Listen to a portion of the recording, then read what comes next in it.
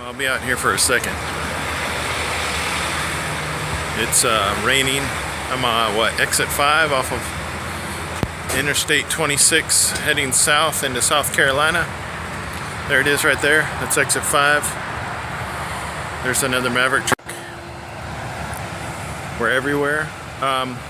So if you get off on exit 5 heading south on I-26, turn left and come up to this Pilot/Kangaroo. That's where I'm at. I've got a steel coil. This is the one that originally my work assignment said no tarp. And the paperwork, because when you go to these places, they don't necessarily give you your bills right away. They just give you documentation to give to the loader so you can know. I'm going to get out of the rain. So you can give to the loader to let them know what to load. And often on that paperwork, it often tells you how it needs to be loaded. And so it told me I needed to load eye to the side, which the reason that is, it's not that I can just necessarily dictate eye to the side or eye to the front or whatever other ways you can imagine, because I do have preference over how things are, where they are loaded and how they are loaded. But when you go to the receiver, if they do not have the capability to lift a coil with a crane, that kind of eliminates any shotgun loads if they only have a forklift. So you have to do it eye to the side. So that's how it kind of limits your possibilities of load securement, or the way you're going to secure it, or the way you're going to load it. And the paperwork, it said eye to the side, bare/tarped, meaning it can be either or. That's the way I understood it. And so I gave that paperwork, it got loaded, I secured everything down, and once I did that, I'm like, okay, instead of walking half a mile to go get my paperwork, I drove to the shipping office and picked up my paperwork, and I said, can you tell me if this load needs to be tarped or not? Because, my work assignment says it doesn't. And then as I was receiving the paperwork, as I asked that question, and I was looking down on it, scanning for keywords, and I saw it, load must be tarped. As the shipping personnel said, it should say on your bills, and it did. It said I needed to tarp it. So I went outside, tarped it, and that's what you get. It's been raining. I thought it might, I was really questioning whether or not it needed to be tarped, because this looked more of a finished product. It's very thin. Oil is all over it, to keep it from rusting and all that stuff. So I was like, I can't imagine this going all the way to South Carolina and not get tarped, because it's stored inside where I picked it up, and I'm assuming it's going to be taken off indoors. So, and I'll have to untarp indoors as well, because it's raining right now. And I'm only, let's see,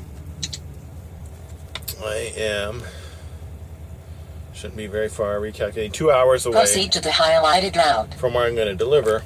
I'm on my 30-minute break, and I've got 5 hours left to drive. So once I drop this off, I'll have 3 hours left to drive and hopefully pick something up and head towards home.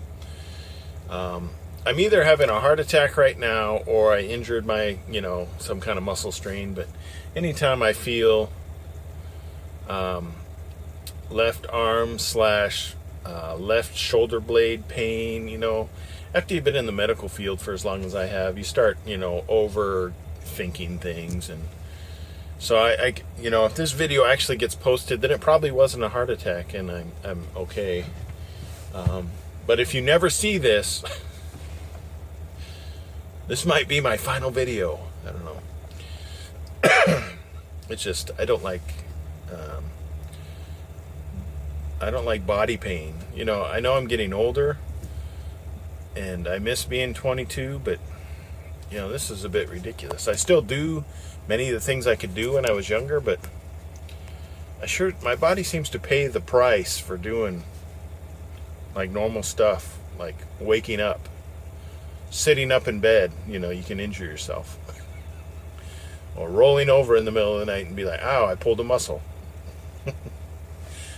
I don't get it. It's not supposed to be the way it is. Anyway, a few more minutes on my rest break. and then I can head to unload, and then we'll see what we get next. So keep your fingers crossed. We'll see what we get. I dropped off my coil, and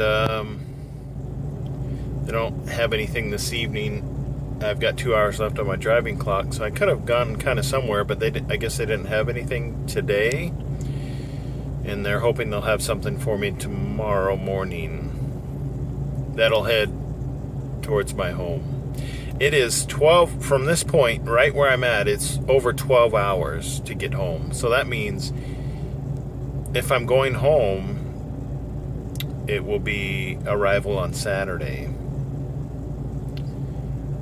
But I kind of have this sneaky suspicion that I'm not going home. So they told me to find a place to park. So I found this Pilot 16 miles from where I was at. I found that disappointing. I'm going to lodge in that facility in front of me. They look like they have plenty of bed space available. As long as the roof doesn't leak, I'm golden. Well, that's it. Not much else to say, not much else to do other than to go inside, take a shower, possibly get something to eat inside today.